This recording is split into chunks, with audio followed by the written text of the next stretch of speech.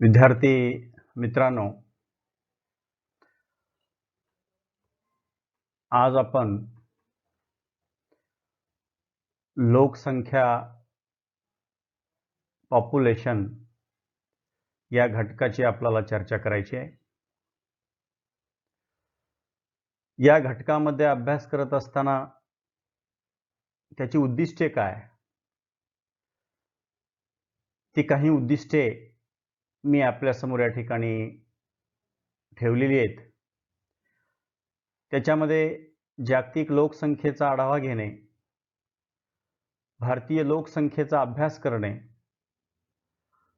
भारतीय लोकसंख्येतील वाढीची प्रवृत्ती अभ्यासणे, लोकसंख्येची घनता आणि शहरी लोकसंख्येचा आढावा घेणे, लोकसंख्येचे लिंग गुणोत्तर, साक्षरता व वयानुसार वर्गीकरणाचा अभ्यास करणे, लोकसंख्या वाढीच्या कारणाचा अभ्यास करणे, लोकसंख्या वाढीच्या परिणामाचा अभ्यास करणे, लोकसंख्या वाढीवरील उपायांचा आढावा घेणे. अशा प्रकारची ही उद्दिष्टे आहेत. एका लेक्चरमध्ये ही सर्व उद्दिष्टे साध्य करणे किंवा या सर्व उद्दिष्टांचा अभ्यास करणे हे शक्य होणार नाही. आपल्या अभ्यासक्रमाला स्वामी रामानंद तीर्थ मराठवाडा विद्यापीठ नांदेड BA थर्ड इयरच्या या अभ्यासक्रमामध्ये चॅलेंजेस ऑफ इंडियन इकॉनॉमी यामध्ये पॉप्युलेशन हा घटक आहे. म्हणजे लोकसंख्या ही भारतीय अर्थव्यवस्थेसमोर एक आव्हान कसं आहे या दृष्टिकोनातून खऱ्या अर्थानं आपल्याला या ठिकाणी अभ्यास करायचा आहे. म्हणजे लोकसंख्या वाढीचे जे परिणाम आहेत किंवा लोकसंख्येमुळे निर्माण झालेल्या ज्या समस्या आहेत त्या समस्या कोणत्या, त्या समस्येमुळे हे एक मोठं आव्हान भारतीय अर्थव्यवस्थेच्या समोर कसं निर्माण झालेलं आहे याचा आपल्याला अधिक डिटेल किंवा सविस्तर अशा प्रकारचा अभ्यास या ठिकाणी आपल्याला करायचा आहे. आणि म्हणून आपण धावता आढावा अशा पद्धतीने या सगळ्याच गोष्टींचा या ठिकाणी घेणार आहोत. आणि म्हणून लोकसंख्या वाढीचा परिणामाचा अभ्यास करणे, लोकसंख्या ही भारतीय अर्थव्यवस्थेच्या समोर एक कसं मोठं आव्हान आहे त्याचा या ठिकाणी अधिक सविस्तर चर्चा आपल्याला या ठिकाणी करायची आहे.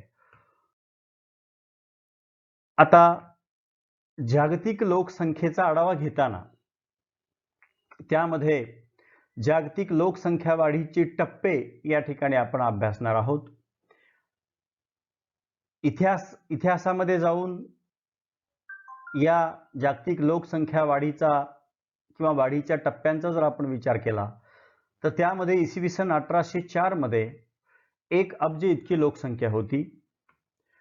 त्यानंतर इसवी सन 1927 मध्ये ही लोकसंख्या 2 अब्ज इतकी झाली. त्यानंतर इसवी सन 1960 मध्ये ही लोकसंख्या 3 अब्ज झाली जगाची. इसवी सन 1974 मध्ये ही लोकसंख्या 4 अब्जापर्यंत जाऊन पोहोचली. इसवी सन 1987 मध्ये ही लोकसंख्या 5 अब्ज एवढी झाली. आणि 11 जुलै 1987 रोजी ही लोकसंख्या 5 अब्ज इतकी झाली जागतिक लोकसंख्या.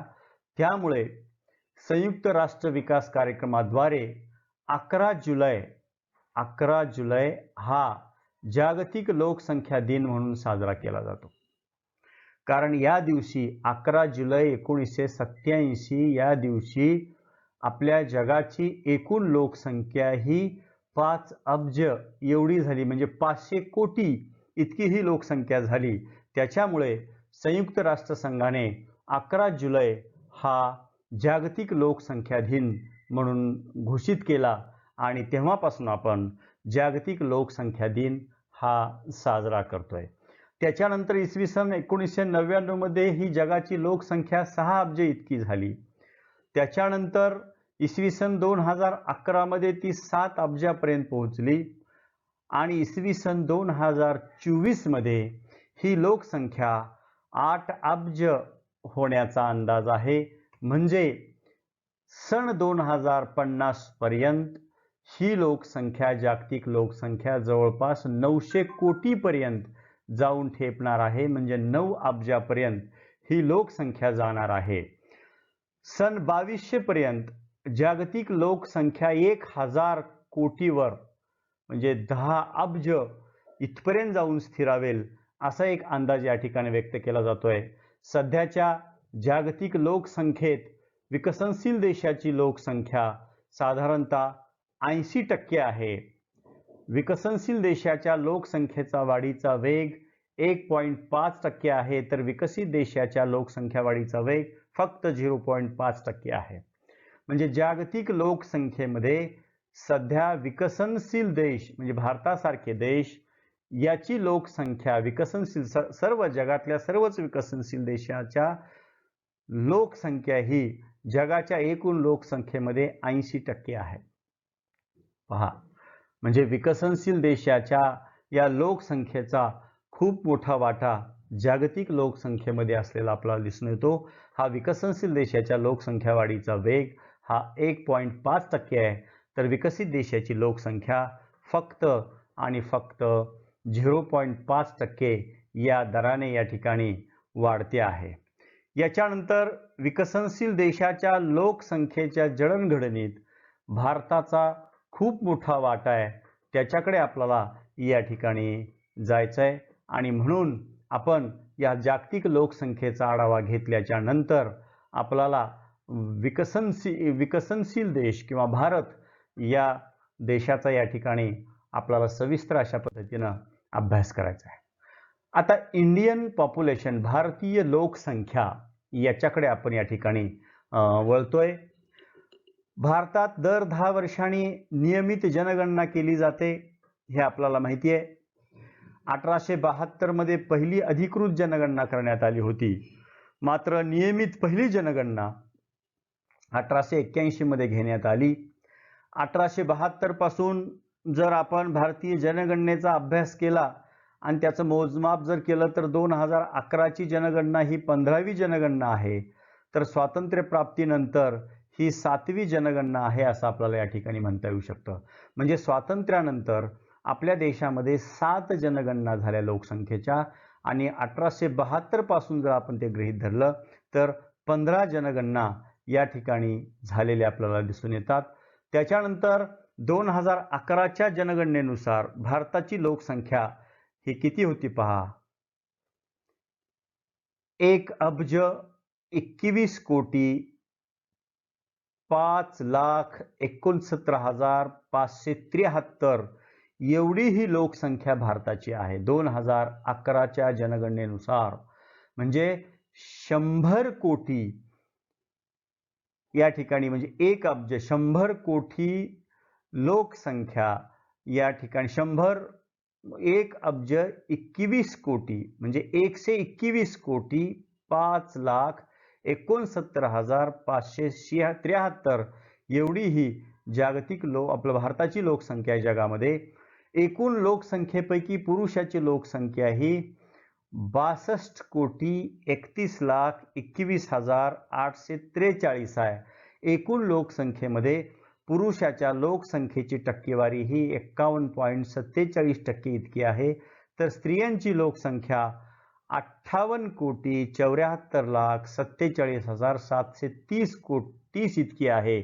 म्हणजेच एकूण भारताच्या लोकसंख्येमध्ये स्त्रियांच्या लोकसंख्येचा वाटा हा 48.52% इतकी ही लोकसंख्या असलेली आपल्याला दिसून येते. 52 किंवा फार झालं 53% इतकी ही लोकसंख्या, 48.52 किंवा 53% इतकी ही लोकसंख्या स्त्रियांची आहे एकूण लोकसंख्येचा जर विचार आपण केला तर.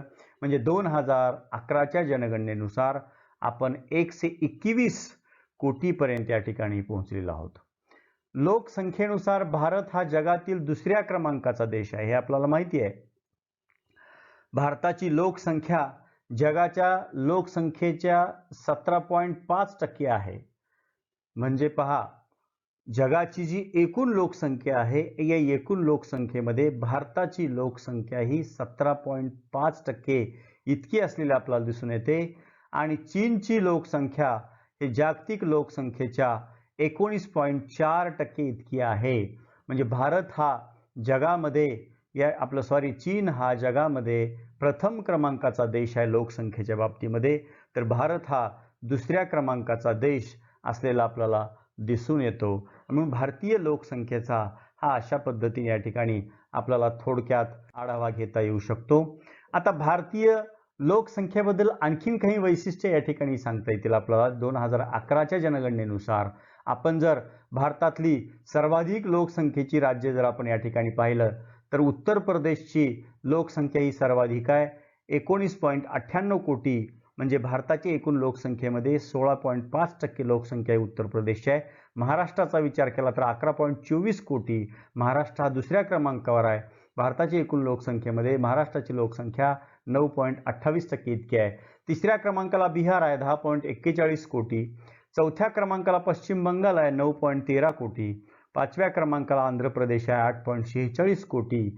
ही भारतातली सर्वाधिक लोकसंख्येची राज्य आहेत असं आपल्याला या ठिकाणी म्हणता येऊ शकतं. याच्यानंतर 2019 मध्ये आज स्थिती काय आहे पहा, तर भारताची लोकसंख्या 136 कोटीवर या ठिकाणी पोहोचलेली आहे. संयुक्त राष्ट्राच्या आकडेवारीनुसार 2010 ते 2019 मध्ये भारताच्या लोकसंख्येमध्ये 1.2% वाढ झाली आहे. याच्या तुलनेत चीनची लोकसंख्या 2019 ते 19 मध्ये 142 कोटी इतकी होती. म्हणजे अजूनही चीन प्रथम क्रमांकावर आहे. लवकरच आपण या चीनला लोकसंख्येच्या बाबतीमध्ये मागे टाकतो की काय, अशा प्रकारची परिस्थिती झाली आहे. याच दराने जर लोकसंख्या आपल्या देशातली वाढली तर आपण जगामध्ये प्रथम क्रमांकाचा देश होऊ, याच्यात काही दुमत नाही असं आपल्याला म्हणता येईल. म्हणून भारताचं या लोकसंख्येच्या बाबतीतला हा आढावा घेतल्यानंतर भारताच्या लोकसंख्येच्या आयुर्मानात, सरासरी आयुर्मानात सुद्धा सुधारणा या ठिकाणी नोंदवलेली आपल्याला दिसून येते. 1969 मध्ये जन्माबरोबर सरासरी आयुर्मान हे केवळ 47 वर्षाचं होतं.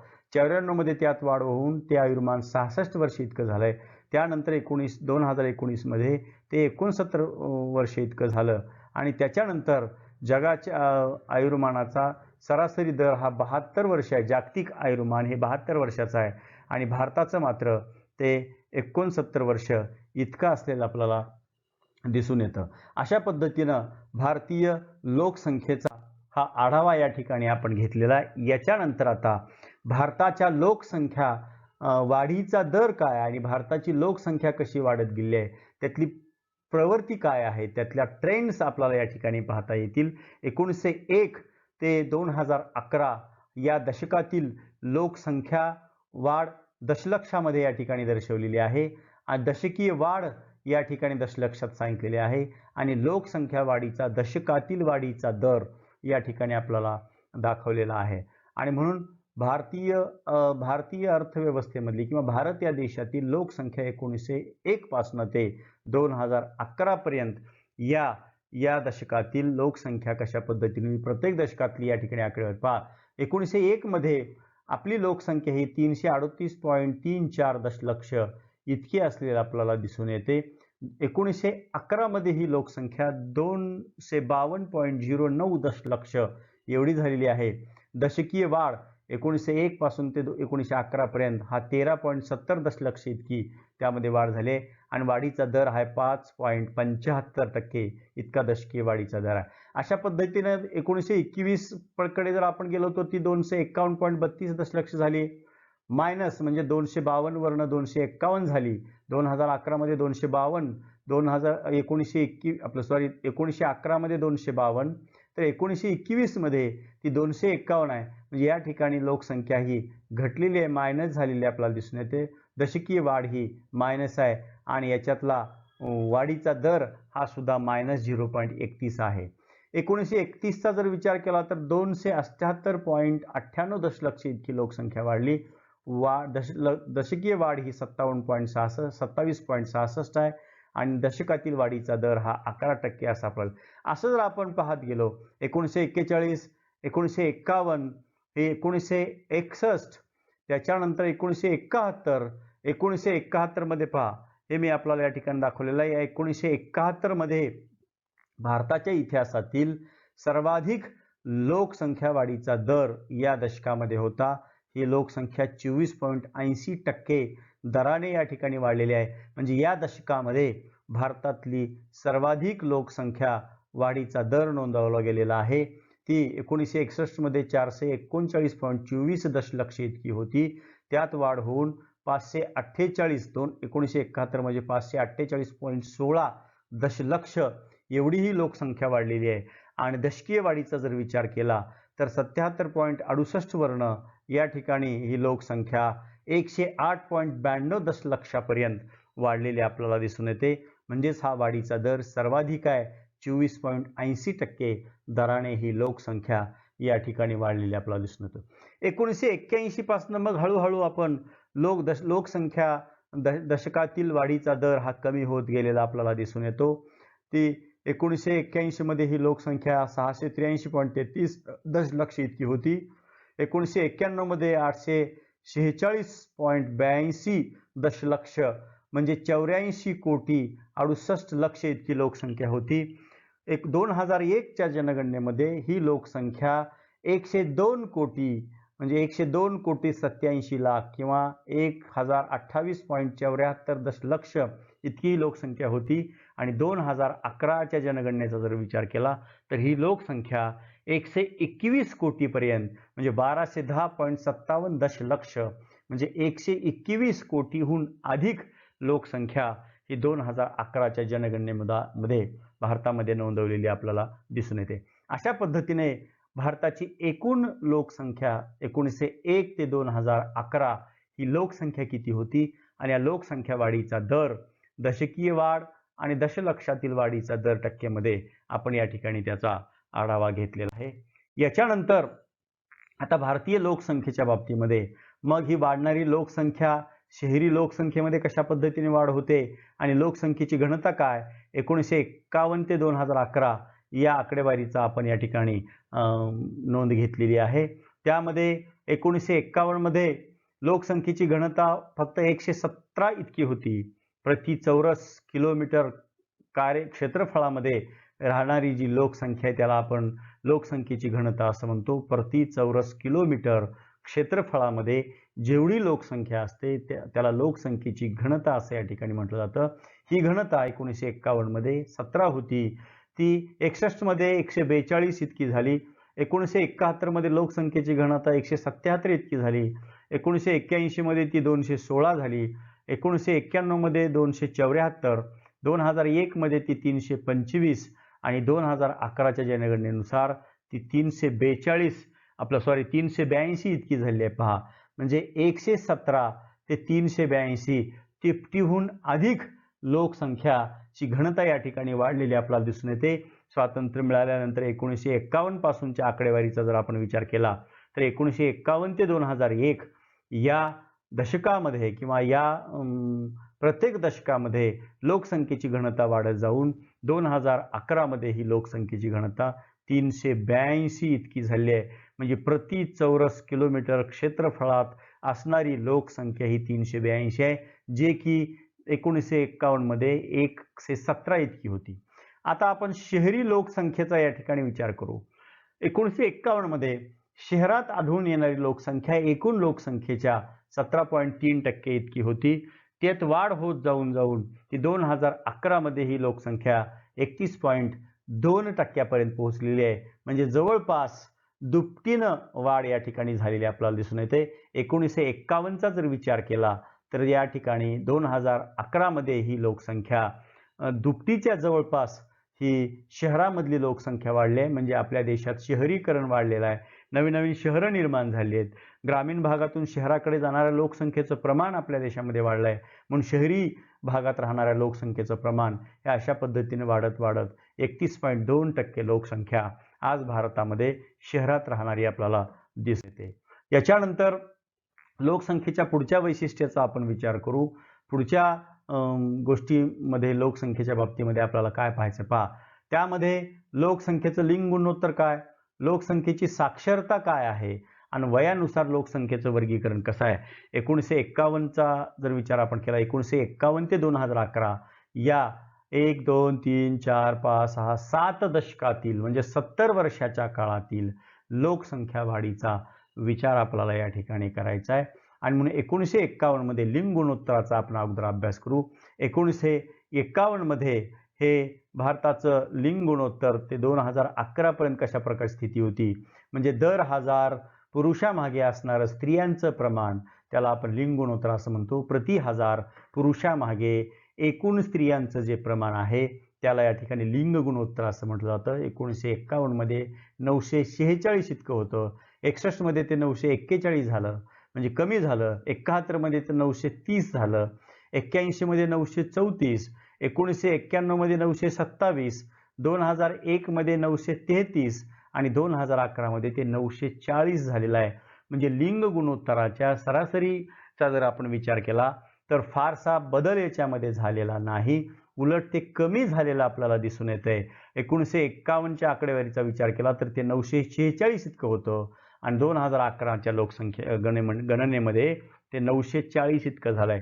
म्हणजे दर प्रति हजारी पुरुषामागे असणारं स्त्रियांचं हे प्रमाण या ठिकाणी कमी आहे.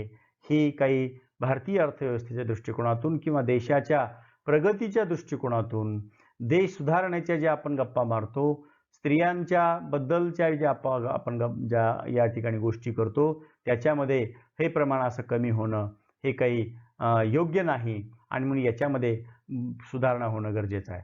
आता साक्षरतेचा आपल्याला या ठिकाणी विचार करता, एकूण लोकसंख्येमध्ये साक्षरतेचं प्रमाण किती होतं, तर 1951चा जर आपण विचार केला तर 18.33% लोक साक्षर होते. 61 मध्ये वाढ होऊन ते प्रमाण 28.30% इतकं झालं.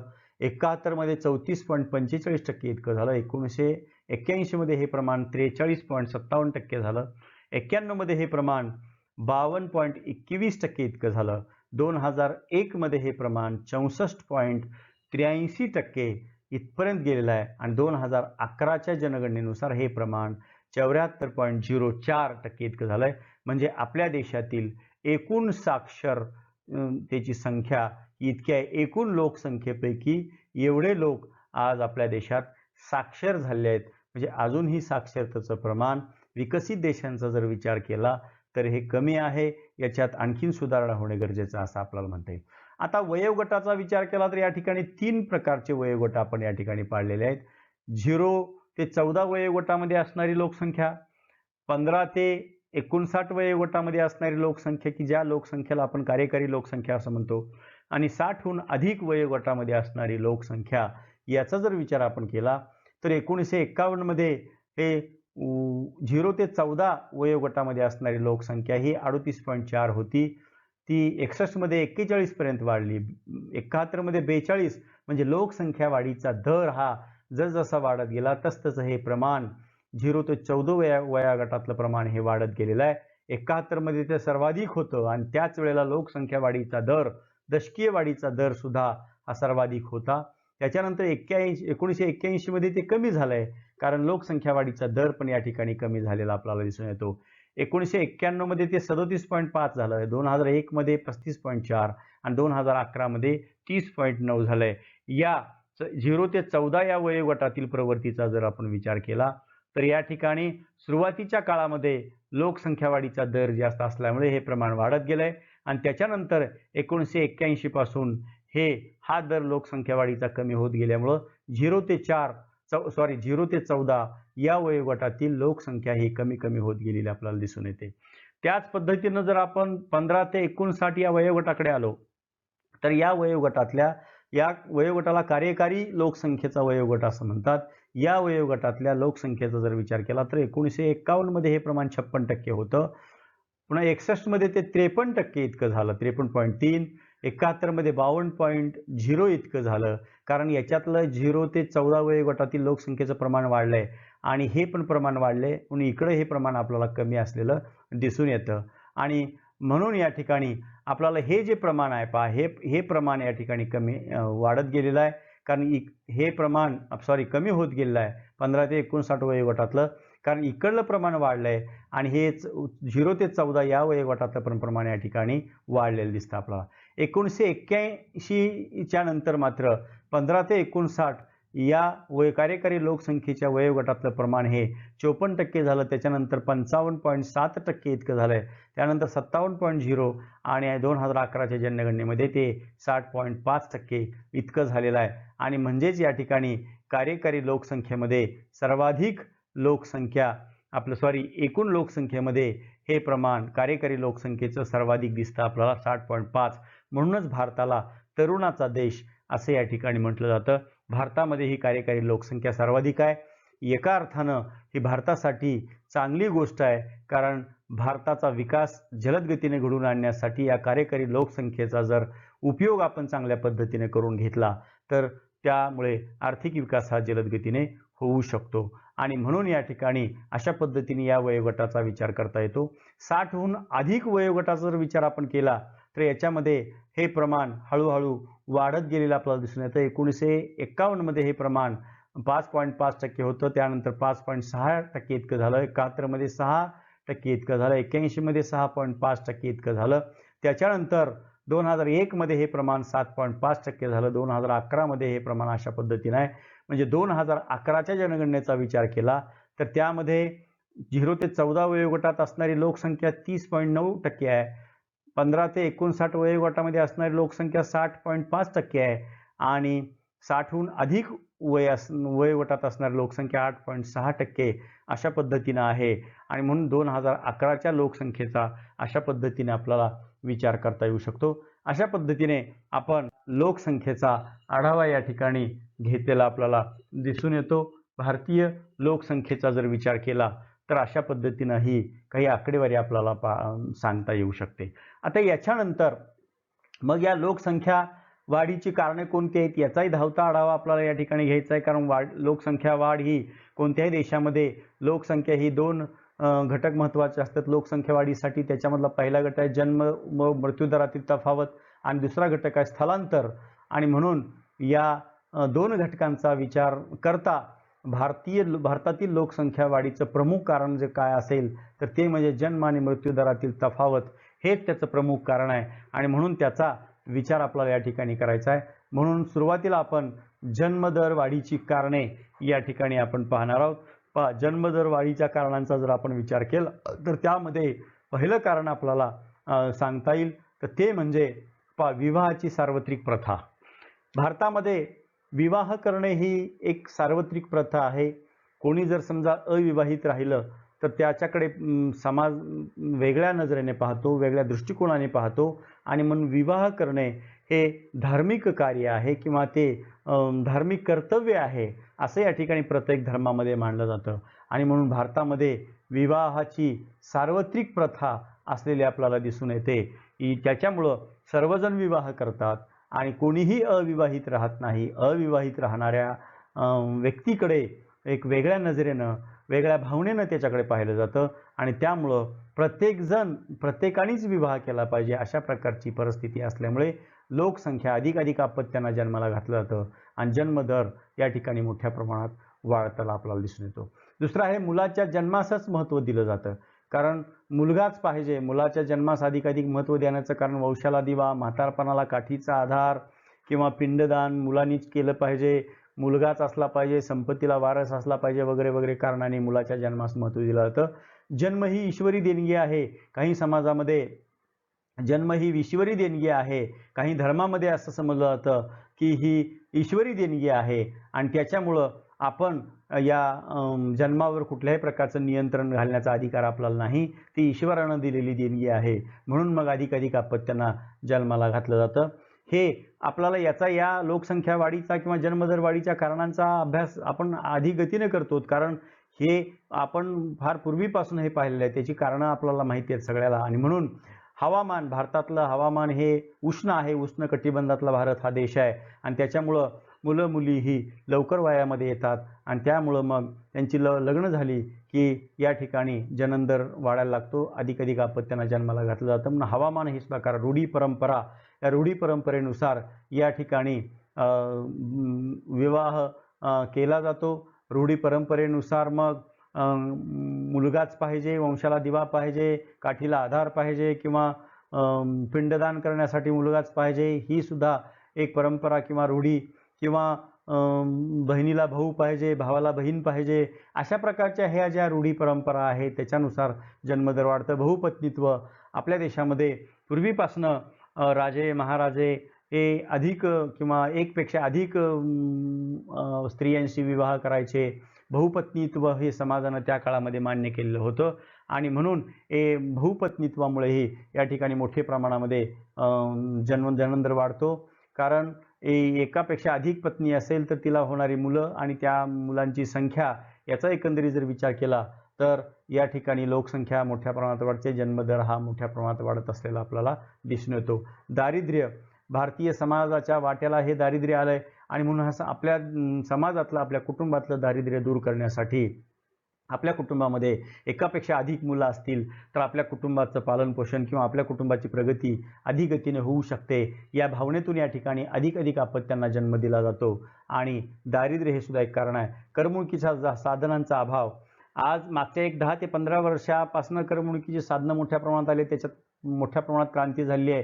परंतु 1971 1981च्या अगोदरचा जर विचार केला किंवा 91च्या अगोदरचा जर विचार केला तर करमणुकीची साधनं ही नव्हती, शहरापुरती मर्यादित होती, शहरातही कमी होती, ग्रामीण भागात ही साधनं नव्हती, नसल्यातच जमा होती. त्याच्यामुळं करमणुकीच्या साधनांचा अभाव असल्यामुळं लोक लैंगिक सुखाकडे वळायचे आणि अधिक लैंगिक सुख मिळवण्याच्या याच्यामध्ये या प्रवृत्तीतून या ठिकाणी अधिक आपत्त्यांना जन्माला घातलं जायचं आणि म्हणून करमणुकीच्या साधनाचा अभाव हे सुद्धा जन्मदर वाढीचं कारण आहे. कृषी आधारित अर्थव्यवस्था शेतीचा विकास अधिक गतीने करण्यासाठी, शेतीमधून अधिक उत्पादन वाढवण्यासाठी आपल्या घरामध्ये अधिक मुलांचा जन्माला घालण्याची प्रवृत्ती त्या काळामध्ये होती. कारण अधिक मुलं असतील तर शेतीमध्ये कामासाठी त्यांचा वापर करता येऊ शकतो, शेतीचा विकास घडवून आणता येऊ शकतो, शेतीतलं उत्पादन वाढवता येऊ शकतं. कृषी आधारित अर्थव्यवस्था यामुळे या ठिकाणी जन्मदर भारतातला अधिक वाढलेला आहे. कुटुंब नियोजन कार्यक्रमाला अल्प प्रतिसाद आपल्या देशामध्ये 1952 पासून जो कुटुंब नियोजनाचा कार्यक्रम आखण्यात आला त्या कुटुंब नियोजनाच्या कार्यक्रमाला अल्प प्रतिसाद मिळाला. कारण लोकांमध्ये निरक्षरता मोठ्या प्रमाणात असल्याच्या कारणामुळे किंवा दारिद्र्य असल्याच्या कारणामुळे किंवा रूढी परंपरा म्हणा किंवा या अशा अनेक गोष्टीमुळे कुटुंब नियोजन कार्यक्रमाला या ठिकाणी अल्प प्रतिसाद मिळाल्यामुळे जन्मदर मोठ्या प्रमाणात वाढला. निरक्षरता असल्यामुळे या ठिकाणी जन्मदर मोठ्या प्रमाणात वाढला. कारण जन्मदर कशा पद्धतीने नियंत्रित करावा, अपत्याची संख्या कशा पद्धतीने मर्यादित ठेवावी, त्यासाठी कुटुंब नियोजनामध्ये कोणत्या कुटुंब नियोजन करताना या ठिकाणी कोणत्या साधनांचा वापर करावा याच्या बाबतीमध्ये निरक्षरता, त्याचबरोबर एकूणच सार्वत्रिक निरक्षरता असल्यामुळे, लोक अज्ञानी असल्यामुळे, शिक्षणाचा प्रसार कमी असल्यामुळे या ठिकाणी जन्मदर मोठ्या प्रमाणात झालेला आपल्याला दिसून येतो. त्याचबरोबर संयुक्त कुटुंब पद्धती हे सुद्धा लोकसंख्या किंवा जन्मदर वाढीचे एक कारण आहे असं आपल्याला या ठिकाणी म्हणता येतं. अशा अनेक कारणामधून, या सर्व प्रकारच्या कारणामधून या ठिकाणी ही लोकसंख्या वाढलेली किंवा जन्मदर मोठ्या प्रमाणात वाढलेला आपल्याला दिसून येतो. ही वेगवेगळ्या कारणामुळे जन्मदर ही अधिक झालेला आहे. आता जन्मदर वाढतो आणि मृत्यूदर कमी होतो, या दोन्हीतील जी तफावत आहे त्यालाच आपण निव्वळ लोकसंख्या वाढीचा दर असं म्हणतो.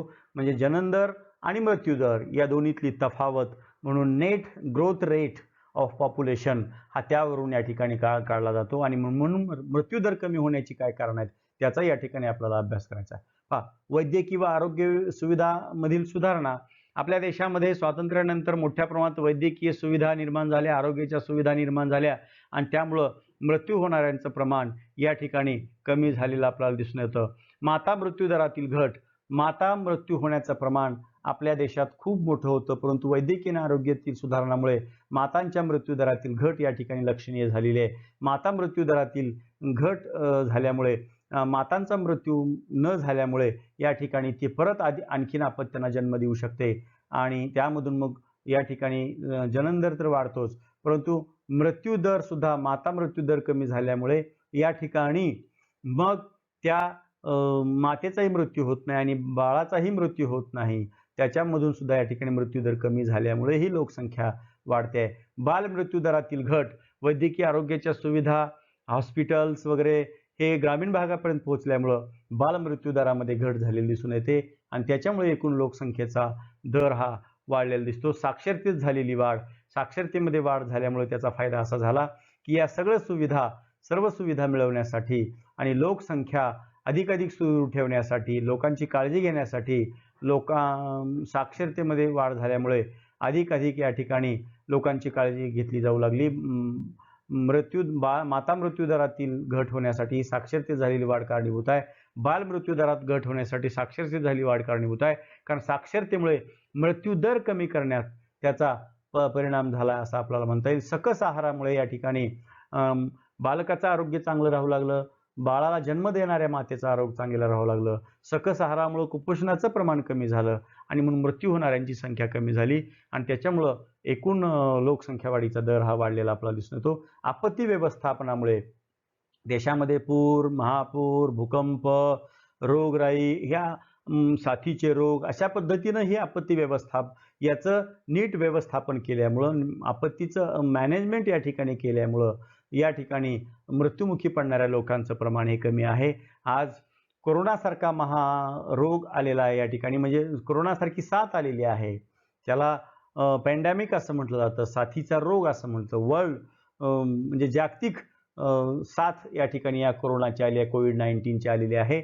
याच्यामध्ये आपण आज लॉकडाऊनच्या काळामध्ये या ठिकाणी राहत आहोत. गेल्या 4 महिन्यापासून आपल्या देशामध्ये लॉकडाऊनची स्थिती आहे. हळूहळू आता अनलॉक 2, अनलॉक 3 वगैरे वगैरेकडे सरकार या ठिकाणी जात आहे. परंतु या आपत्तीचं व्यवस्थापन अजूनही या ठिकाणी मोठ्या प्रमाणात चांगल्या पद्धतीने केल्यामुळं, वैद्यकीय आरोग्याच्या सुविधा निर्माण झाल्यामुळं या आजच्या या कोरोनाच्या महामारीला सुद्धा आपण चांगल्या पद्धतीने सरकार सामोरं जात आहे आणि मृत्युमुखी पडणाऱ्यांची संख्या कशी कमीत कमी राहील त्याचा या ठिकाणी सरकारकडनं विचार केला जातो. त्यामुळे लोकसंख्या वाढते. शिक्षणामुळेही या ठिकाणी मृत्यूदरातील घट मोठ्या प्रमाणात झालेली आपल्याला दिसून येते. सामाजिक सुधारणा वेगवेगळ्या प्रकारच्या झाल्या. सामाजिक सुधारणामुळे सुद्धा मृत्यू दर कमी झालेला आपल्याला दिसून येतो. वाढते शहरीकरणामुळे या ठिकाणी शहरात जाऊन लोकांना वैद्यकीय सुविधा, आरोग्य सुविधा मिळायला लागल्या. लोक शहरामध्ये गेल्यामुळे त्या ठिकाणी मृत्यू दराचं प्रमाण कमी झालं. राहणीमानात झालेली सुधारणा, राहणीमानातल्या सुधारणेमुळे सुद्धा सकस आहार मिळायला लागला, शिक्षण मिळायला लागलं, आरोग्याच्या सुविधा मिळायला लागल्या आणि त्याच्यामुळे एकंदरीत या राहणीमानात सुधारणा झाल्यामुळे मृत्यूदर कमी झालेला आपल्याला दिसून येतो. जनजागृतीमुळे या ठिकाणी मृत्यूदर कमी झालेला आपल्याला दिसून येतो. अशा पद्धतीनं या ठिकाणी जनन दर का अधिक आहे ते आपण पाहिलं आणि मृत्यूदर घटतो आहे. पण या दोन्हीतील तफावतीमुळं या ठिकाणी लोकसंख्या मोठ्या प्रमाणात वाढत असलेली आपल्याला दिसून येते. मित्रांनो, आज आपण या ठिकाणी थांबणार आहोत, कारण लोकसंख्या या कन्सेप्टविषयी आपल्याला चर्चा करत असताना आपल्याला खूप उद्दिष्ट आपण या ठिकाणी घेऊन आपण लेक्चरला सुरुवात केली होती. परंतु मी सुरुवातीलाच आपल्याला म्हटलं की याची 2 टप्प्यामध्ये आपल्याला चर्चा करावी लागणार आहे. आता याच्यानंतर आपल्याला लोकसंख्या वाढीच्या समस्या काय किंवा लोकसंख्या ही नेमकी भारतासमोर आव्हान कशी आहे त्या आव्हानाचा आपल्याला विचार करायचा. त्याच्यानंतर मग लोकसंख्या वाढीवर काही उपाययोजना करता येते का त्याची आपल्याला या ठिकाणी चर्चा करायची आहे. ती आपण पुढच्या तासामध्ये या ठिकाणी करणार आहोत. म्हणून तत्पूर्वी या ठिकाणी आपले मी धन्यवाद मानतो आणि थांबतो. थँक्यू.